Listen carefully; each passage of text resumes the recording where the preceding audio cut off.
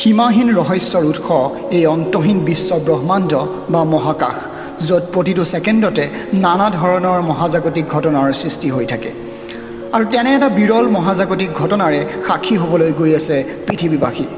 এই ঘটনাটো কিদৰে পৰিলক্ষিত হ'ব ইয়াৰ উৎস কি তথা এই তৰাৰ বিস্ফোৰণ আপুনি কিদৰে প্ৰত্যক্ষ কৰিব পাৰিব সবিশেষ জানিব আজিৰ এই ভিডিঅ'টোত মই আছোঁ আপোনালোকৰ সৈতে ঋতিক আৰু আপুনি চাই আছে আলোকিত আলোচনা গতিকে আহক আজিৰ আমাৰ এই ভিডিঅ'টো আৰম্ভ কৰোঁ কেতিয়াবা হয়তো আপুনি নিশ্চয় ভাবিছে যে এই ব্ৰহ্মাণ্ড অৰ্থাৎ আউটাৰ স্পেচ যাক আমি মহাকাশ বুলি কওঁ যি সকলো সময়তে এক্সপাণ্ড অৰ্থাৎ প্ৰসাৰিত হৈ গৈ আছে আৰু আমাৰ মানৱ জাতিৰ ওচৰত এনে কোনো পদ্ধতি নাই যাৰ সহায়ত আমি বৰ্তমানৰ ব্ৰহ্মাণ্ডখন চাব পাৰোঁ বৰ্তমান আকাশত আমি যি প্ৰত্যক্ষ কৰোঁ এই সকলোবোৰ পাষ্ট এলাইনমেণ্ট অৰ্থাৎ অতীতৰ নক্ষত্ৰ অথবা তৰাৰ পৰা প্ৰতিফলিত পোহৰৰ উৎসহে মাথো আৰু এই সকলোবোৰৰ কাৰণ হৈছে ছুপাৰনোভা এক্সপ্ল'জন যিটো দুই ধৰণে সংঘটিত হ'ব পাৰে প্ৰথম যেতিয়া এটা বিশাল বগা তৰাই যাক কোৱা হয় হোৱাইট ডুৱাৰ্ফ ষ্টাৰ তাৰ ওচৰৰ তৰাৰ পৰা মেটাৰ অৰ্থাৎ পদাৰ্থসমূহ আকৰ্ষণ কৰি লয়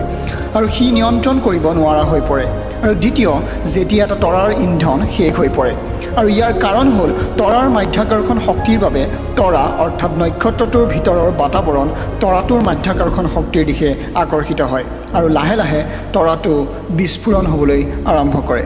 এনেকুৱা মহাজাগতিক ঘটনা হয়তো কেতিয়াও আপুনি দেখা নাই অথবা নেদেখিব আজিৰ পৰা কিছুদিন পাছত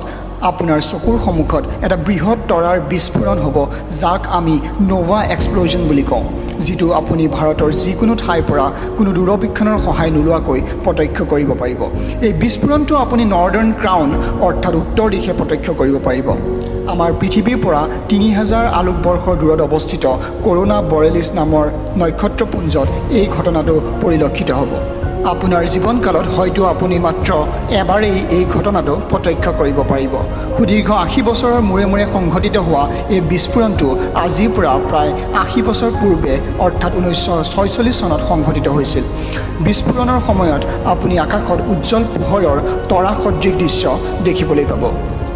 আজিৰ ভিডিঅ'টো মই ইমানতে সামৰণি মাৰিছোঁ যদি আপুনি চেনেলটোলৈ পোনপ্ৰথমবাৰৰ বাবে আহিছে তেনেহ'লে নিশ্চয় ছাবস্ক্ৰাইব কৰিবলৈ নাপাহৰিব আৰু যদি ভিডিঅ'টো ভাল লাগে নিশ্চয় এটা লাইক কৰিব আৰু যদি আপুনি এনেকুৱা ধৰণৰ ইণ্টাৰেষ্টিং ফেক্ট শ্বেয়াৰ কৰিব বিচাৰে তেনেহ'লে আপুনি মোক মেইল কৰিব পাৰে আলোকিত আলোচনা @gmail.com আপুনি মোক মেইল কৰিব পাৰে অথবা আপুনি তলৰ কমেণ্ট বক্সত গৈ মোক কমেণ্ট কৰিব পাৰে মই আপোনাৰ কমেণ্টটো পিক কৰিম আৰু আপকামিং ভিডিঅ'জত আপোনাৰ কমেণ্টটো মই নিশ্চয় শ্বেয়াৰ কৰিম গতিকে আজিৰ ভিডিঅ'টো মই ইমানতে সামৰণি মাৰিছোঁ নমস্কাৰ